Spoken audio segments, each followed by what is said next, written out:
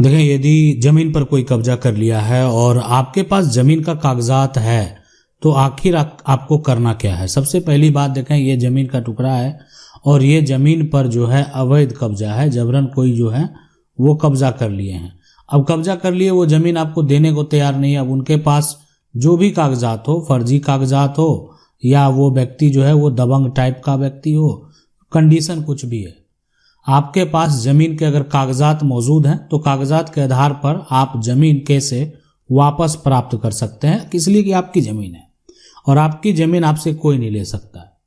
तो जमीन पर अगर कब्जा है, सिर्फ 2 कागजात आपके पास रहना चाहिए और ये दोनों कागजात मौजूद अगर आपके पास है तो जमीन आप वापस किसी से प्राप्त कर लेंगे। आप कहीं पर भी गांव में खरीदें जमीन या शहर में खरीदें, खेती वाली जमीन खरीदें या आप कह सकते हैं मकान बनाने के लिए, घर बनाने के लिए आप जमीन खरीदें। जमीन पर अगर जबरन अवैध कब्जा किए हुए हैं तो या तो वो फर्जी कागजात के आधार पर जो है कब्जा किया होगा, तो फर्जी कागजात। दूसरा होता है कि व्यक्ति दबंग टाइप का व्यक्ति है, वो जाकर जो है जबरन कब्जा कर लिया है, जबरन आपकी जमीन को खाली नहीं कर रहा। अब ऐसे सिचुएशन में देखें, पोजीशन जो है कब से है ये मायने जरूर रखता है और ये बेहद जरूरी भी है, इसलिए कि कानून है। अब आपका जो जमीन है, जो जमीन का उपयोग व्यक्ति कर रहा है वो 100 साल से कर रहा है, ऐसा भी कहीं कहीं सिचुएशन है। कहीं पर यह है कि व्यक्ति जो है एक क्या किया, फर्जी कागजात बनाया और फर्जी कागजात के आधार पर जो है वो जाकर जबरन जमीन को कब्जा कर लिया। कहीं पर ऐसा सिचुएशन है कि कब्जा करने वाले जो लोग हैं वो परिवार के हिस्सेदार हैं। ये भी है कि परिवार का जो है ना वो हिस्सेदार ही ऐसा कर रहे हैं, कोई दूसरा व्यक्ति तो है नहीं। और कुछ ऐसे भी लोग मिलेंगे जिनका जो कब्जा है वो कब्जा इस प्रकार का है कि वो जमीन का जो है म्यूटेशन करवा लिए हैं, यानी म्यूटेशन जो है वो एंट्री से वो जमीन का यहाँ पर एंट्री से जमीन पर कब्जा किए हुए हैं। तो ये सभी सिचुएशन, सभी कंडीशन में आखिरकार आपको क्या करना है, कैसे आप जमीन जो है प्राप्त करेंगे, कैसे आप जमीन हासिल करेंगे, सारा कंडीशन के लिए क्या क्या करना पड़ेगा आपको। तो देखें, अगर किसी भी व्यक्ति का जो कब्जा है वो अगर 100 साल से कब्जा है, 100 साल से कब्जा, और आपके पास जो है जमीन का यहाँ पर 100 साल से कब्जा है, लेकिन जमीन मालिक जो है, जमीन मालिक के पास जमीन का जो है यहाँ पर केवाला मौजूद है, वो जमीन किसी से खरीदे हैं और जमीन मालिक के पास जमीन का रसीद भी मौजूद है, यानी इन्होंने केवाला का दाखिल खारिज करा लिया और दाखिल खारिज कराने के बाद जो है इनका रसीद भी कट रहा है। वर्तमान में इनके पास जमीन का रसीद भी है, जमीन का केवाला है, तो ये जमीन जो है उसी के पास होना चाहिए जिसके पास जमीन के दस्तावेज हैं। अब है कि 100 साल से कब्जा है, तो अब इसके लिए लेकर विवाद अगर होता है तो सबसे बड़ी बात है कि जब इसमें आप शिकायत करते हैं, उसके खिलाफ FIR दर्ज कराते हैं, उसके खिलाफ आप आवेदन देते हैं, तो ऐसे सिचुएशन में जब पुलिस की इंक्वायरी होती है तो ये देखा जाता है कि ये जो व्यक्ति है ये जमीन पर आज से नहीं है, 100 साल से कब्जा है इनका, 100 साल से कब्जा, मतलब ये यहाँ पर देखा जाता है कि कब्जा आज से नहीं 100 साल से है। लेकिन कोई भी व्यक्ति जो है वो जमीन का मालिक तभी बन सकता है कि अगर या वो ये साबित करे कि उसका कब्जा 12 साल से अधिक समय से है। 12 साल से अगर अधिक यहाँ पर जो अधिक समय से कब्जा अगर है, ठीक है, समय से कब्जा अगर वो साबित करने में सफल हो जाता तभी ये संभव है। अब यहाँ पर देखें, सबसे पहले अगर बात करें जो लिमिटेशन एक्ट है, ठीक है, लिमिटेशन एक्ट यहाँ पर 1963 का अगर बात करें जो आर्टिकल है, ठीक है, आर्टिकल 65, तो ये जो कानून है ना इसमें लागू होता है कि नहीं, 12 साल से अधिक समय से कोई भी व्यक्ति जमीन पर कब्जे में है। आर्टिकल 65 ये कहता है, लिमिटेशन एक्ट 1963 का आर्टिकल 65, तो वो समय सीमा वो जो है अगर वो कोर्ट में साबित कर देता, एक कब्जा करने वाला व्यक्ति अगर साबित कर देता तभी उसको मालिकाना हक मिल सकता है, यानी मिलेगा नहीं इसकी गारंटी नहीं है, जो भी होगा कोर्ट से होगा, लेकिन उसको मिल सकता है। अब लेकिन ये भी गारंटी है कि जमीन का वो मालिक जिसके पास जमीन का केवाला, जिसके पास जमीन का दाखिल खारिज है, कानूनी तौर पर संपत्ति उन्हीं का होना चाहिए। अब ये केवाला किए हुए अगर इनका 20 साल हो गया और आज दावा कर रहे हैं तो ये एक भी समस्या वाली बात हो सकती है कि आप 20 साल से, तो आप के लिए फिर बहुत सारे दावे हैं। देखें, ये जो है ना कि एक कब्जा करने वाले को ये साबित करना है कि उसका कब्जा 12 साल से अधिक समय से। जमीन मालिक के लिए बहुत सारा कंडीशन है। जमीन मालिक के लिए अब ऐसा नहीं कि कब्जा जो है केवल 50 साल पुराना है तो जमीन का अधिकार खत्म हो गया, यानी बहुत सारे कंडीशन है कि आखिर आप जमीन दूसरे को दिए थे, किस वजह से दिए थे। इसलिए कि अभी भी ये जमीन क्या है, खेती वाली जमीन है, और खेती वाली जमीन में खास करके कब्जाधारी को यह साबित करना मुश्किल होगा कि कब्जा के आधार पर वो जमीन के मालिक हैं।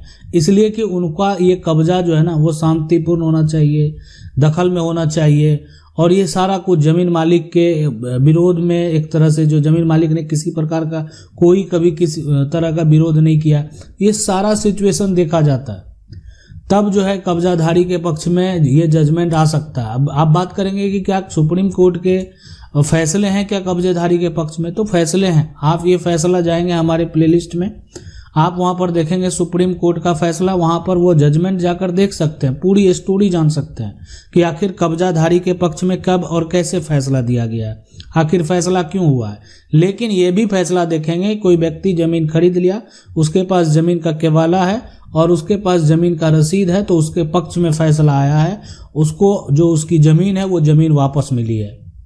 दूसरा कंडीशन है कि म्यूटेशन एंट्री अगर कोई कर लेता है, यानी जमीन का दाखिल खारिज अगर कोई करा ले, तो ये हाल का ही फैसला है जो सुप्रीम कोर्ट है, यहाँ पर जो है सुप्रीम कोर्ट, तो सुप्रीम कोर्ट का जो जजमेंट है उस जजमेंट में साफ साफ कहा गया है कोई भी व्यक्ति अगर जमीन का दाखिल खारिज करा लेता है तो दाखिल खारिज कराकर वो व्यक्ति जमीन का मालिक नहीं बन सकता है।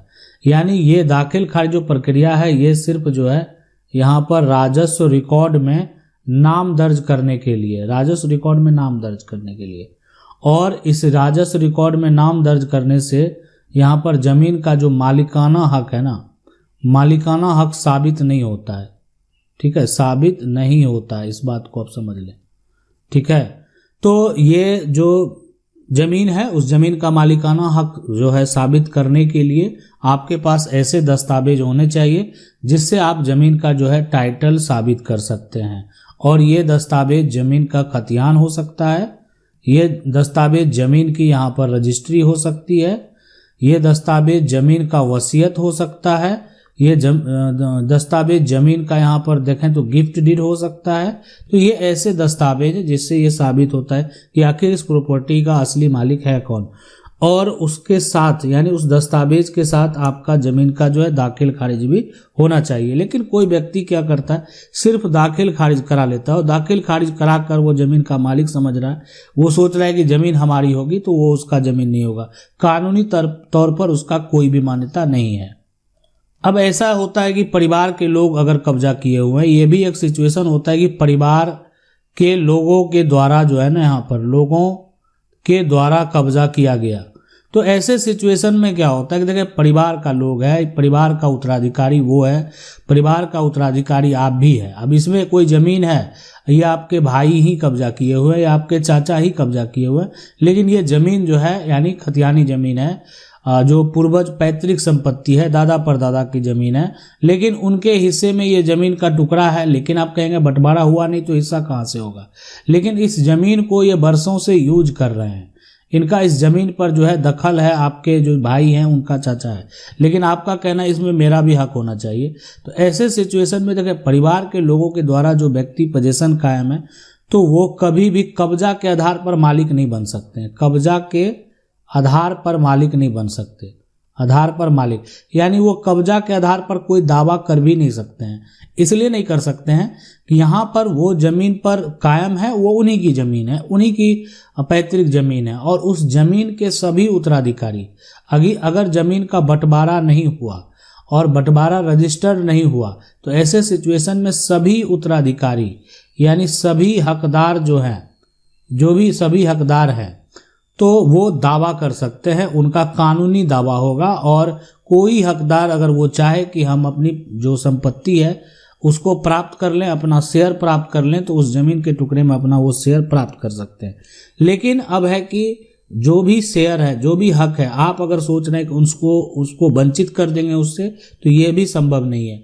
उनको कानूनी अधिकार हर प्लॉट में है।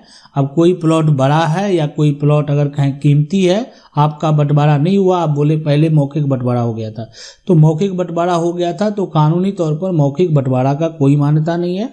आज वर्तमान स्थिति जो कहेगी उसी अनुसार जो है आपका दस्तावेज बनेगा। वर्तमान स्थिति जो कहेगी उसी हिसाब से कोर्ट का फैसला होगा। वर्तमान स्थिति ये है कि आपने जमीन का कोई बंटवारा नहीं किया, जो भी हुआ मौखिक हुआ है, कानूनी तौर पर इसका कोई मान्यता नहीं है।